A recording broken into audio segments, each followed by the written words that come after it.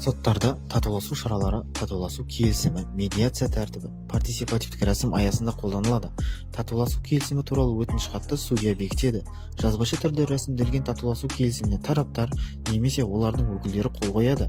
Өкілге қатысты айтып өтерлігі, сенімхатта оның татуласу келісімін жасауға өкілеттігінің көрсетілуге міндетті.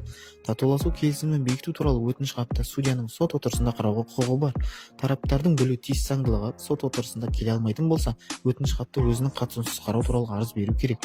Бұлай болмаған жағдайда сот татуласу келісім бекіту туралы өтініш хатты қараусыз қалдырады. Судья татуласу келісімін жасаудың құқықтық салдарын тараптарға оны бекітпей тұрып түсіндіреді.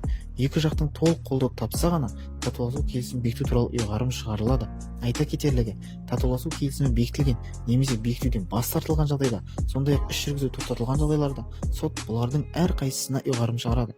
Тараптар келісімдегі шарттарды көзделген тәртіпте уақытылы және ерікті түрде орындауға міндетті.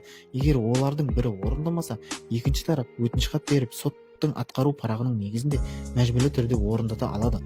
Татуластыру институтының сот рәсімдеріне жұмсалатын шығындар мен сот жүктемесін төмендетуде де өте маңызы зор. Ең бастысы, тараптар арасында түсіністік қалыптасып, тығырықтан шығудың жолын бірлесе іздестіреді. Бүгінде дау-жанжалдың ушықпай бітуі жекелеген адамдар үшін ғана емес, жалпы мемлекет үшін де пайдалы екенін уақыттың өзі көрсетіп отыр.